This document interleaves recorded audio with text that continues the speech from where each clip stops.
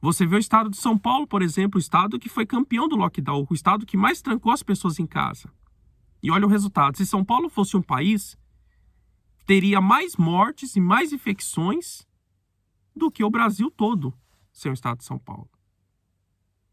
A Argentina, por exemplo. A Argentina foi um estado que fechou tudo, que emplacou o lockdown.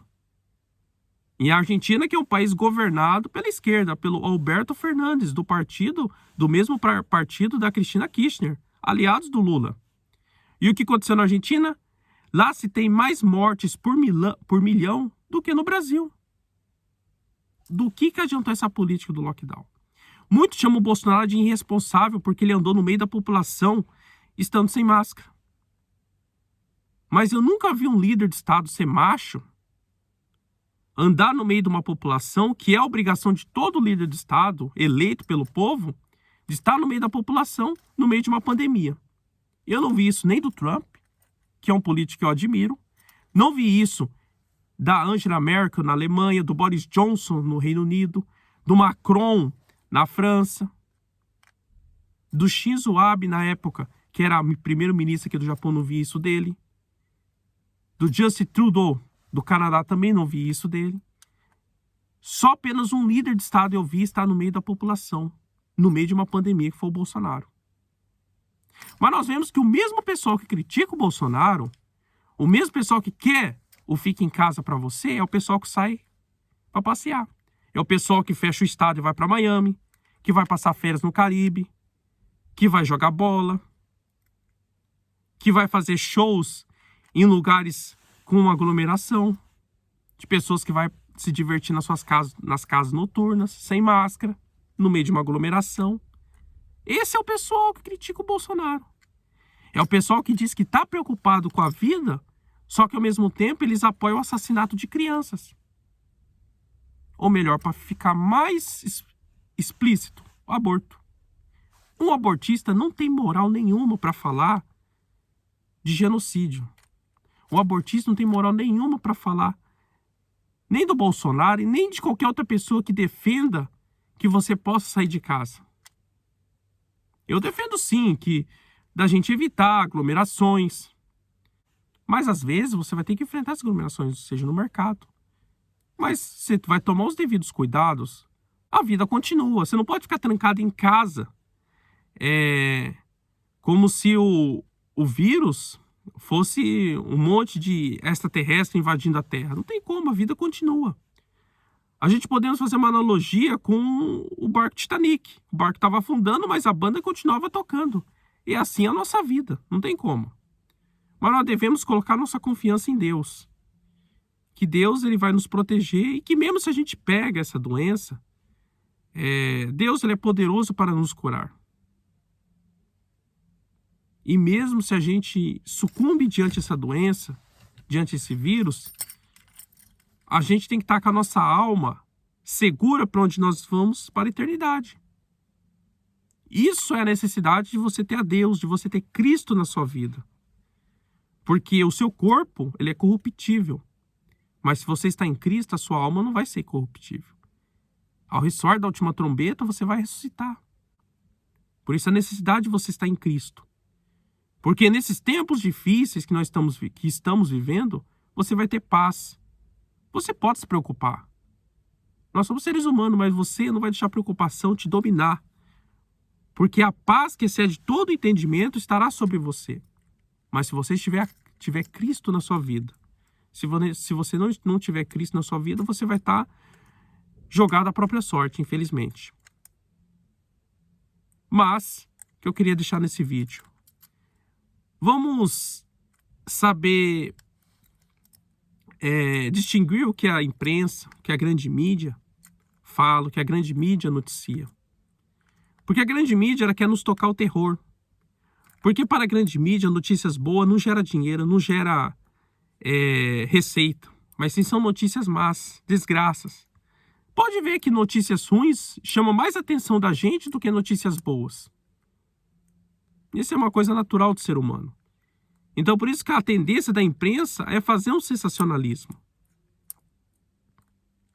É te deixar mais aterrorizado.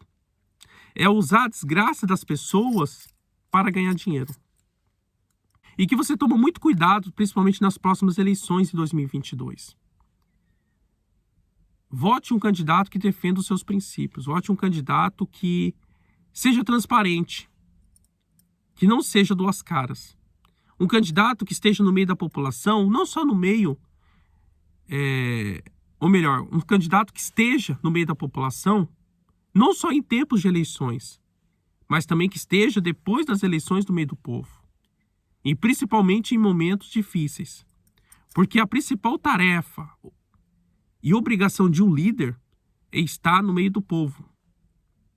É sentir o povo, porque ele foi eleito pelo povo. Se ele não quer lidar com o povo, ele não pode se candidatar a cargo nenhum.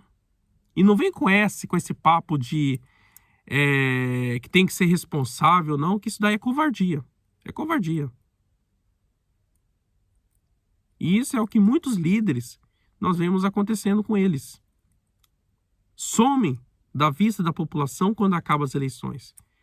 Mas o Bolsonaro, apesar dos seus defeitos, que ele não é perfeito, ele tem essa qualidade. É uma pessoa autêntica. Talvez mais para frente ele se desvie do caminho de ser uma pessoa autêntica e passa a ser que nem os políticos tradicionais, como Marina Silva, Ciro Gomes, Lula. Mas por enquanto, com seus erros e acertos, ele vai sendo uma pessoa autêntica. A pessoa não gostar do Bolsonaro por causa do jeitão dele, tudo bem, é gosto seu. Mas vamos agir de uma forma mais honesta. Se quer atacar um político, ataque pelos seus erros legítimos, ou melhor, pelos seus erros que são erros realmente. Não por falácias. Porque o que a esquerda hoje tem se levantado contra o Bolsonaro não foi de uma forma honesta, mas de uma forma escancaradamente desonesta.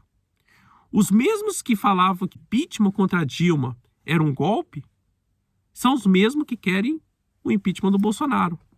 Quando a Dilma Rousseff foi impeachmentada, ela estava sendo acusada de crime de responsabilidade fiscal, que constitucionalmente é um motivo para pedir o impeachment de um presidente. Está na Constituição. E a população não cria mais ela. O Bolsonaro é diferente. Bolsonaro não deu motivo nenhum dentro da Constituição para ser impeachmentado. E quantos pedidos de impeachment tem do Bolsonaro? Então você vê como esse povo é desonesto. Como esse povo é canalha. E eles não respeitam a opção da maioria. Eles não respeitam a democracia. Então, quero deixar nesse vídeo que você sim se preocupe com o país, mesmo você morando fora do Brasil. Por mais que você não more no Brasil, mas você tem parentes. E talvez um dia você vai ter que voltar para o país. Se preocupe. Torça para o Brasil ser uma nação melhor do que você a deixou quando você saiu de lá, para que nós possamos voltar, morar no nosso país, se caso formos voltar, mas que venhamos morar em um país decente, como o país que nós estamos morando, seja você no Japão, nos Estados Unidos, que o Brasil não venha a ser o mesmo, mas que venha a ser um país melhor para se viver, um país que tem emprego, segurança e um país que nos dê orgulho, assim como os americanos têm orgulho do seu próprio país. Porque um país onde tem desemprego, onde tem segurança, não tem como você ter orgulho de um país assim, apenas desgosto. Apenas desgosto. Não adianta o país ter muitas riquezas naturais se não tem organização. Se o país tem uma corrupção gigantesca. Mas a corrupção não é o maior dos problemas. A corrupção, ela é apenas um resultado, um sintoma de um problema ainda maior, que é o problema espiritual, que é a falta de Deus. Uma nação onde tem ausência de Deus é uma nação onde tem pessoas imorais, e da imoralidade nasce a corrupção. Então a chave de tudo está em Deus. Quando Deus está na nossa vida, quando Deus está nos nossos negócios, tudo vai bem e tudo vai se encaminhando para onde se deve ir. Então fica essa reflexão para você e Deus abençoe a todos.